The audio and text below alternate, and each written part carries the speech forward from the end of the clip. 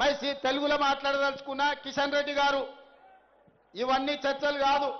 నేను సూటిగా సవాలు విసురుతున్నా. మీడియా మిత్రులను కూడా ఇదే విషయాన్ని రేపు వార్తల్లో రాయాలి. ఆనాడు కాళేశ్వరం ప్రాజెక్టు సంబంధించి నరేంద్ర మోడీ గారు, అమిత్ షా గారు ఈ రాష్ట్రంలో పర్యటనకు వచ్చినప్పుడల్లా కాళేశ్వరం కేసీఆర్ కు ఏటీఎంగా మారింది, 1,00,000 కోట్లు కొల్లగొట్టిందని ప్రధానమంత్రిగా, హోంమంత్రిగా మీరు ఎన్నోసార్లు ఈ రాష్ట్రంలో మాట్లాడింది. కాళేశ్వరం కట్టడం, కాళేశ్వరం కూలడం 3 ఏళ్లలో జరిగిపోయింది. 1,00,000 కోట్ల రూపాయలు ఈ రోజు గోదావరిలో కలిసిపోయినాయి.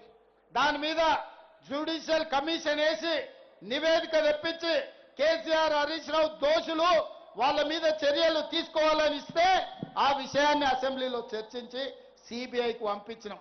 సెప్టెంబర్ 1 నాడు కేంద్ర ప్రభుత్వానికి కేసీఆర్, హరీష్ మీద సిబిఐ కేసులు కట్టి అరెస్టు చేయమని మేము పంపించినాం.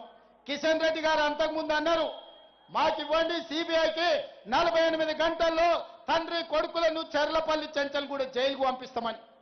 నేను ఈనాడు సూటిగా సవాలు విసురుతున్నా కిషన్ రెడ్డి గారికి, మీరు చెప్పింది నిజమైతే, మీరు కేసీఆర్ కు లొంగిపోకపోతే, మీరు వాళ్ళు ఒక్కటి కాకపోతే, బీఆర్ఎస్ బీజేపీ ఫెవికల్ బంధనం ఒక్కటి కాకపోతే ఎప్పుడు అరెస్టు చేస్తారో 11 తారీఖు లోపల సిబిఐ ఎఫ్ఐఆర్ చెయ్యాలి, కేసీఆర్, హరీష్ ను అరెస్టు చెయ్యాలి.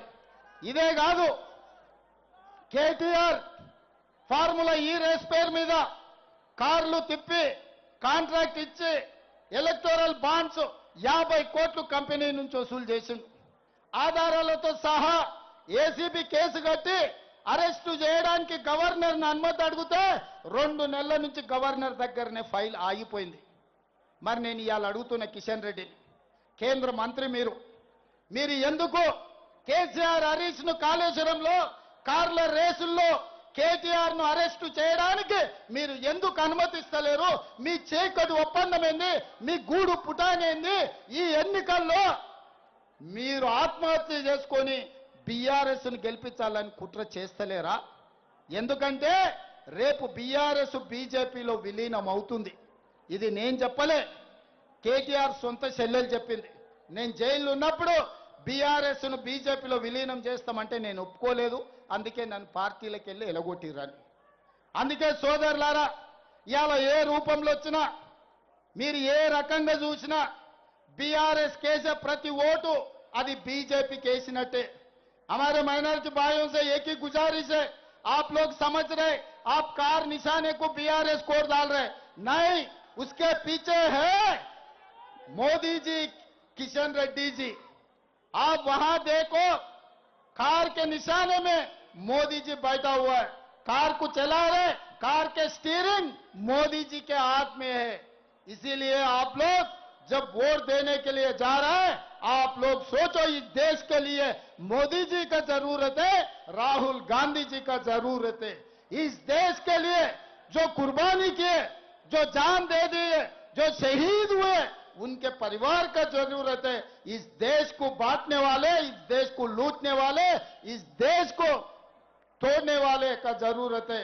आप लोग सोचो। అందుకే మిత్రులారా, ఇయాల రహమత్ నగర్ మీటింగ్ చూసిన తర్వాత నాకు సంపూర్ణమైన విశ్వాసం, నమ్మకం వచ్చింది. వేలాది మంది మీ బిడ్డ, మీ గల్లీ బిడ్డ నవీన్ యాదవ్ను ఆశీర్వదించడానికి, ముఖ్యంగా యువకులు, మహిళలు వేలాది మంది ఇక్కడికి వచ్చి ఈ రోజు ఆశీర్వదించిన తర్వాత నాకు సంపూర్ణమైన నమ్మకం వచ్చింది. ఇంత గొప్ప సభ ఏర్పాటు చేసి నవీన్ యాదవ్ను గెలిపించడానికి వచ్చిన మీకందరికీ, ఈ కార్యక్రమాన్ని ఏర్పాటు చేసిన పెద్దలందరికీ మనస్ఫూర్తిగా भाई कब्रिस्तान के बारे में मैं बोलने वाले, भाई 10 साल उन लोग थे,